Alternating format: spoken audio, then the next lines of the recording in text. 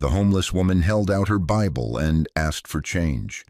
The billionaire's driver told her to move away from the car. A few people laughed when she refused. Then a folded note slipped from the pages of her Bible and landed at the billionaire's feet. He picked it up, glanced at the handwriting, and froze. 4 years ago, he had buried his wife. Yet the words on that note were written in the same hand that had filled his birthday cards, anniversary notes, and love letters. His name was Adewale Okonkwo. People called him the richest man in Lagos who never smiled. He owned 41 buildings across the city. He owned a bank. He owned the very plaza where this woman now sat, on the cracked pavement with her back against a marble pillar, worth more than her entire life. But right now, on this hot Tuesday morning, Adewale Okonkwo owned nothing, because his hands were shaking, and a billionaire's hands do not shake. He looked at the note again. "You promised me you would not become cold. Adewale, my love, do not let the money turn your heart to stone. Find the ones I could not save." His wife's name was Ngozi. She had written those exact words in her final letter to him. The letter he kept in a locked drawer that only he had the key to. The letter no human being on earth had ever read. So how was it here in the worn Bible of a woman who slept on the street? "Where did you get this?" His voice came out broken. The woman did not answer right away. She was old, maybe 60. Her dress had been washed so many times the color had simply given up. Her feet were wrapped in plastic bags tied with string. But her eyes were calm. Calmer than his. "Sir," the driver said, stepping forward, smoothing his uniform, "we are very late for the board meeting. Let me move her for you." "Touch her and you are fired." Adewale did not raise his voice. He did not need to. In 11 years he had learned that real power whispers. The driver stepped back so fast he nearly fell. The small crowd that had gathered to laugh was no longer laughing. Phones came out. Someone began to record. Adewale knelt down on the dirty pavement in his $12,000 suit. The watching people gasped. The richest man in Lagos, the man whose face was on the cover of business magazines, on his knees in front of a beggar. "Please," he said, "tell me where you got this note." The woman closed her Bible slowly, pressing it to her chest like a child. "You would not believe me," she said. "Try me." She looked at him for a long, long moment. Then she said the words that made the solid ground tilt beneath his polished shoes. "Your wife did not die the way you think she did."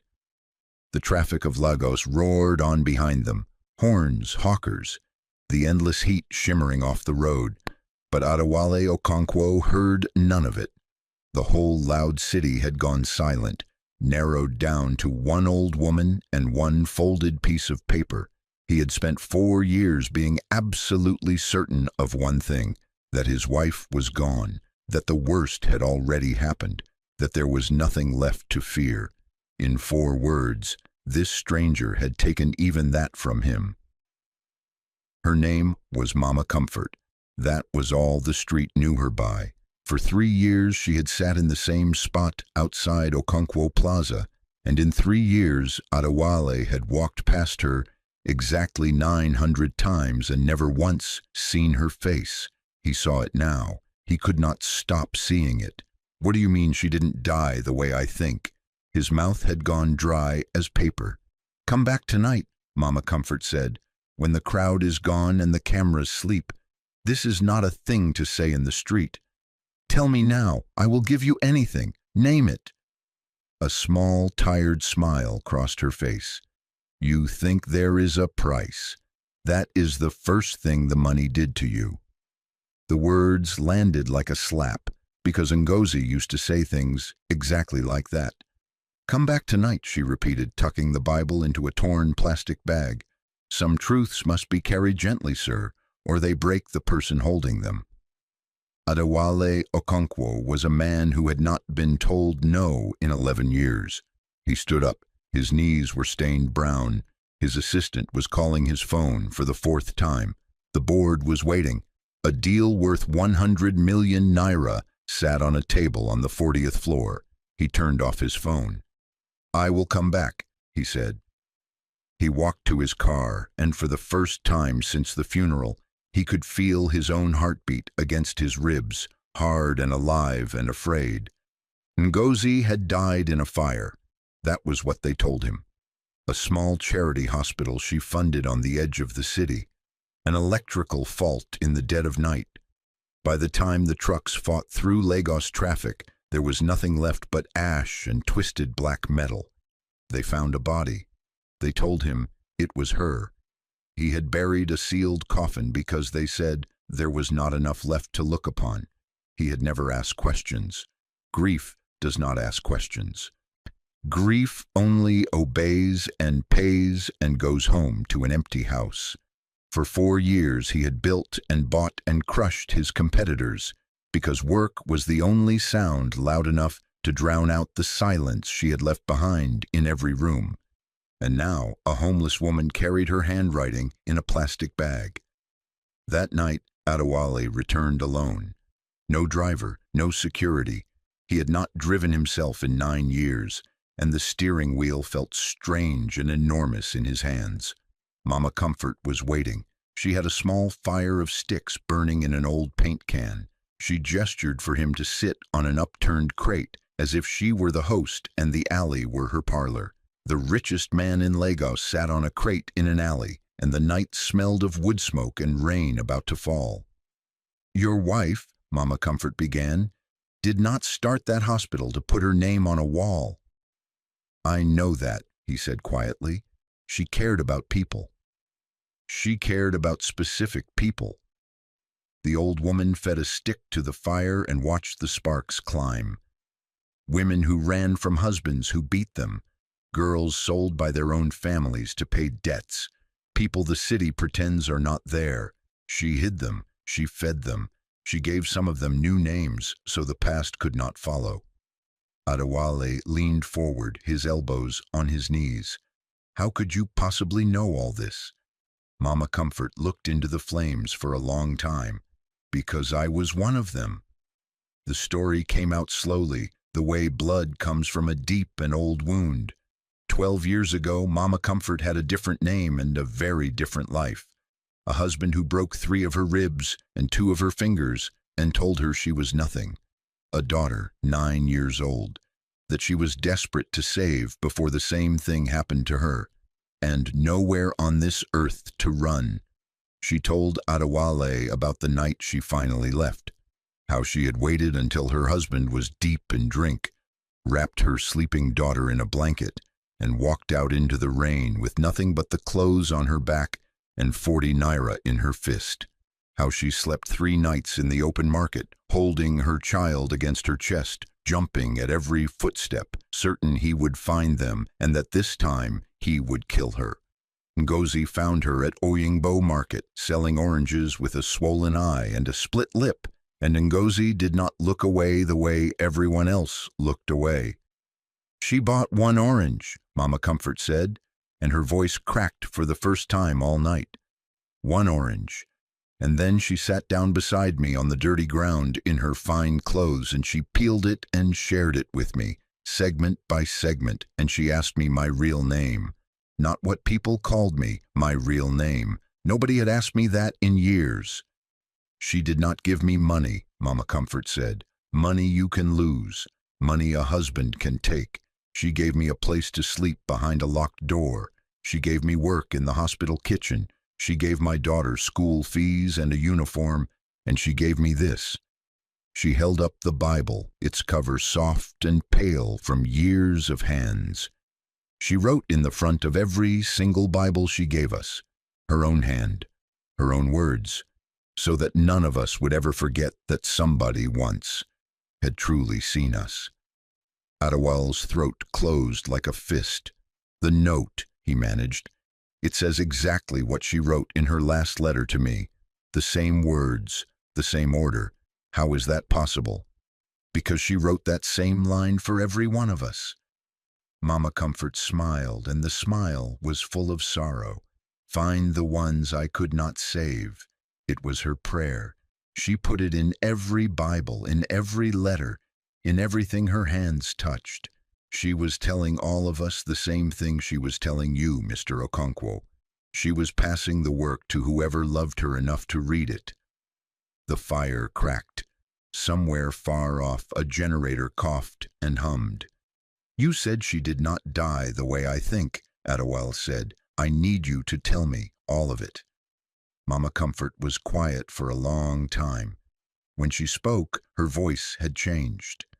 The fire was not an accident. If you have ever loved someone and lost them, what comes next is going to stay with you for a long time. Make sure you are subscribed because this is where everything turns. There were men, Mama Comfort continued. They came in the week before. Important men, in good shoes, in cars like yours. They wanted the hospital land. It is worth billions now, that land, do you know that? It sits where 2 new roads were planned to cross. Your wife refused to sell. She told them the women living there had nowhere else on earth to go. Adewale's blood turned to ice in his veins because he knew that land. He knew it intimately. He had been offered that land. 2 years ago, a development group had walked into his office with a clean deed and a beautiful set of drawings and asked him to build luxury towers on it. He had studied the numbers. He had signed. He had built. He had made a fortune so large the newspapers had written about it. On the ashes of his own wife's hospital. No, he whispered. No, the fire was electrical. The official report said the wiring. The report was bought and paid for. Mama Comfort's voice did not shake, though her hands did. I know because I was inside that building the night it burned. I smelled the petrol before I saw the flames. I carried 2 girls out through a small window at the back of the kitchen, and from the shadows I watched those men stand across the road in their good shoes and make certain that no one came out the front doors. I survived only because they did not know about the back window. No man like that ever thinks about the kitchen. She pulled up the sleeve of her dress slowly, like she was uncovering something sacred. The skin from her elbow to her wrist was a map of old burns, ridged and pale and terrible. Your wife went back inside, Mama Comfort said, for a girl named Amara who could not walk on her own. Ngozi carried out 4 people that night with her own arms. She went back for the 5th. And she did not come out again.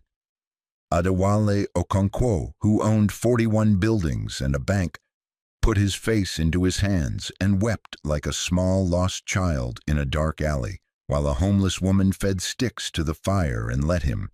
He wept for a long time. He wept the way he had not allowed himself to weep at the funeral, where there had been cameras and condolences and 1,000 important hands to shake. Mama Comfort did not touch him. She did not say it would be all right.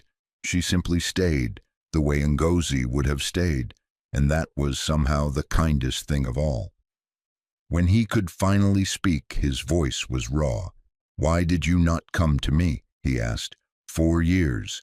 Why did you wait 4 years to tell me? Mama Comfort looked at the fire. I came to your building 11 times in the first year, she said quietly. 11 times. Your guards turned me away at the gate. Once they called me a mad woman. Once they took my Bible and threw it in the gutter and laughed. I had to wash your wife's words clean with my own tears. Adewale closed his eyes. He thought of all the reports that crossed his desk, the security logs, the complaints about beggars at the plaza gate that his staff handled so he would never have to see them. He had built walls so high that the truth could not climb them. After that, Mama Comfort continued, I stopped trying to reach the rich man. I decided I would simply sit and wait and pray that one day God would knock the note loose from the pages at the right moment in front of the right man. For 3 years, I waited in that one spot. You waited 3 years, Adewale repeated, for a note to fall out of a Bible. I waited 3 years, she said, for you to be ready to catch it. He sat with that for a long moment. Then a thought struck him, and it frightened him. "Your daughter," he said. "The one you saved. Where is she?" Mama Comfort's face changed. The calm slipped just for a second, and beneath it he saw 4 years of buried grief. "She was in the hospital that night too," she said softly. "Working in the kitchen with me, the way Ngozi taught her. She got the little ones out. She was so brave. But the smoke does not care how brave you are." She pressed her lips together. "I lost my daughter and my savior in the same fire, Mr. Okonkwo. And then I had to live 4 more years pretending I felt nothing, so the men who did it would think there was no one left who remembered." Adewale could not speak. He had come to this alley believing he was the only one in the city, carrying an unbearable loss. He had been so wrong. He had been walking past a grief as large as his own for 3 years, and he had called it a beggar. "I am so sorry," he whispered. It was the truest thing he had said in 4 years. "I know," said Mama Comfort. "That is why I waited for you."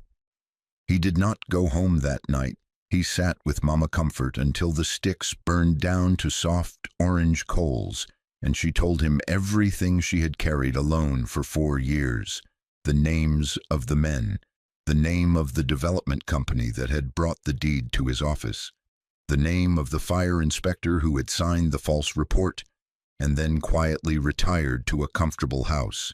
And one name he already knew very, very well, the name of his own business partner, Tunde Bakare, the man who had stood beside him at the funeral in a black suit, the man who had gripped his shoulder and said, with wet eyes, "She is with God now, brother. Lean on me."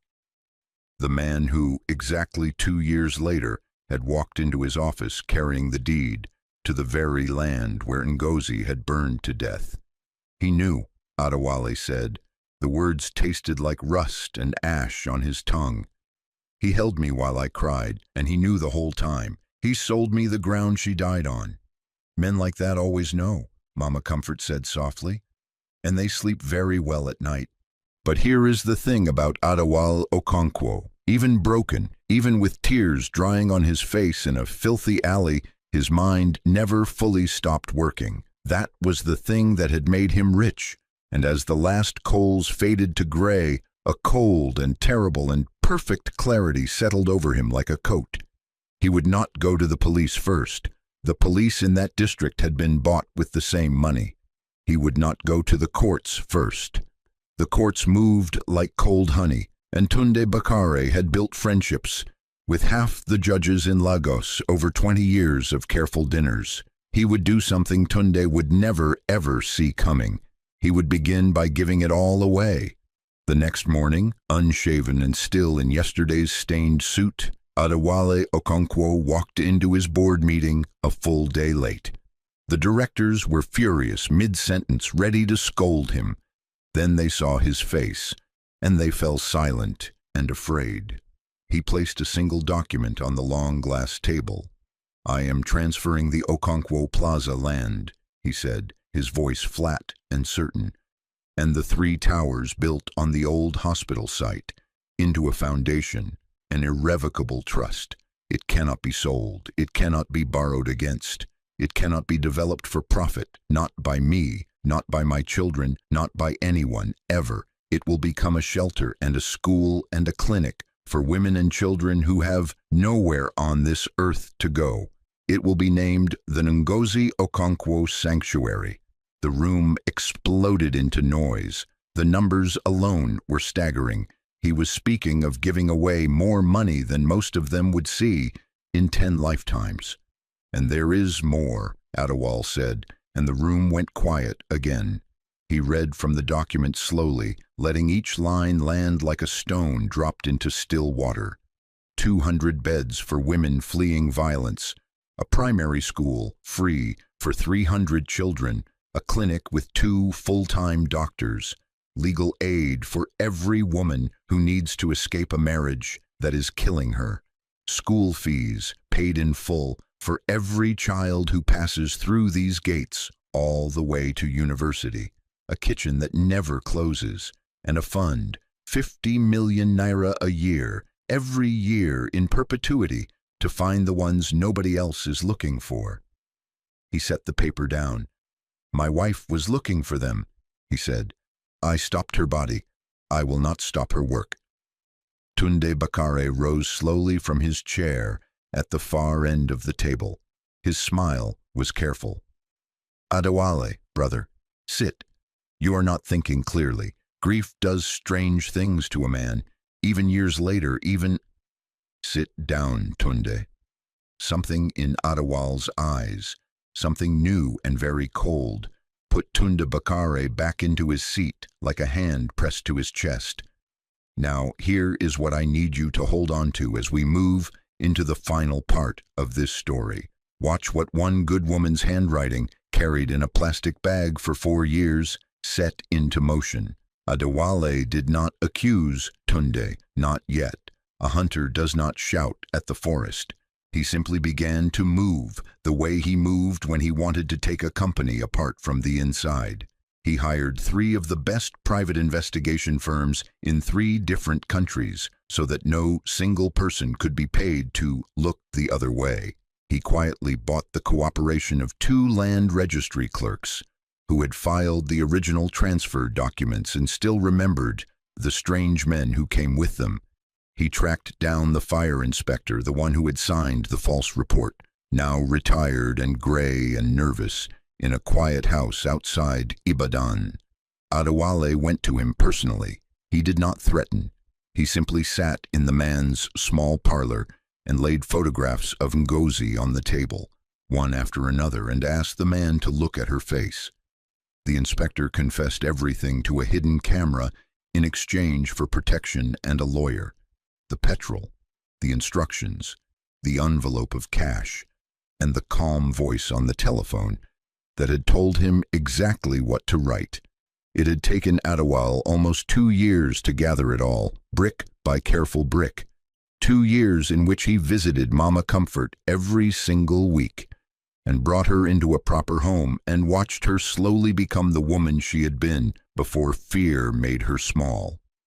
In those 2 years, something neither of them expected began to grow.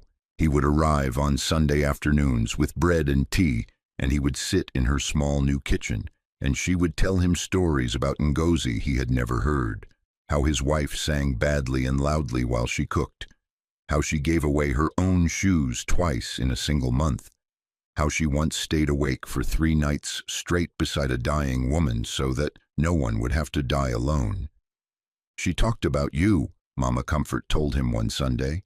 "She said her husband had the kindest heart in Lagos, buried under all that money, and that one day she would dig it back out of him."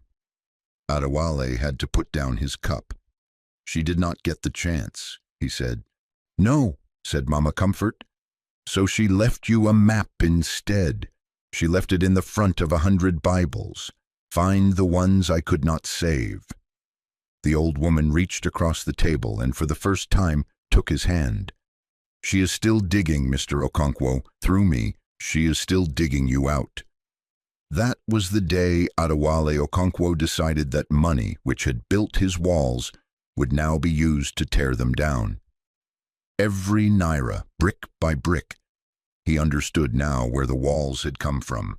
His own father had been a poor man who died poor, and on his deathbed he had taken Adewale's young hand and made him swear one thing: never be soft, never be cheated, never let anyone see your heart, because a heart is the thing they take from you last. Adewale had kept that promise for 40 years. He had built an empire on it, and it had nearly cost him the only good thing his wife had left behind. His father had been wrong. Mama Comfort, who owned nothing, had shown him that in a single night beside a fire in a paint can. The heart is not the thing they take from you. The heart is the only thing they cannot. And then Adewale did the thing that destroyed Tunde Bakare without a single gunshot, without a single bribe, without breaking even one of Ngozi's gentle laws. He invited him to the grand opening of the Ngozi Okonkwo Sanctuary. The whole of Lagos came, cameras and bright lights. government ministers, newspapermen, bloggers and pastors and society wives in expensive lace. Tunde Bakare came too, of course, smiling in a magnificent white agbada, ready and eager to be photographed standing beside the great, grieving philanthropist. Adewale stood at the podium in front of 500 people and a wall of cameras. "My wife spent her life saving the people this city throws away," he began, and the hall went quiet. "Tonight, I want to honor one of them, a woman who carried the truth for 4 years, alone, when no one with power would listen to her." Mama Comfort walked onto the stage in a deep blue dress, her gray hair wrapped in fine cloth. Her back was straight, her plastic bag shoes were long gone, replaced by simple leather sandals. She looked like exactly what she was, a survivor, a witness, a queen. "This woman survived the fire that killed my wife," Adewale said into the microphone, "a fire that was not an accident." The crowd stopped breathing. "My wife did not die because of faulty wiring," he continued. "My wife was murdered because she would not sell the ground beneath the women she protected." Then Adewale Okonkwo played the recording. He looked directly at Tunde Bakare as he reached for the button. For 1 second, their eyes met across 500 people, and Adewale watched the exact moment Tunde understood. Watched the careful smile freeze. Watched the blood leave a guilty man's face in real time. The retired inspector's voice filled the great hall through every speaker. The petrol, the men in good shoes, the bought report, the envelope of cash, the name of the development company, and then, in answer to a single quiet question, the name of the man who had given the order on the telephone, Tunde Bakare. 500 faces turned toward Tunde at the same moment, slow and terrible, like a field of flowers turning toward a darkening sun. He ran. Of course he ran. He did not get far. The investigators Adewale had hired were standing at every exit, and so were the officers of the one honest anti-corruption unit that Adewale had spent 2 quiet years funding and protecting and waiting for, precisely for this single night. Tunde Bakare was arrested at the grand opening of the sanctuary, on the very land he had ordered burned, in front of every camera in Lagos. Karma does not always come quietly in the night. Sometimes it comes at a podium under bright lights, with 500 witnesses and the whole city watching it happen live.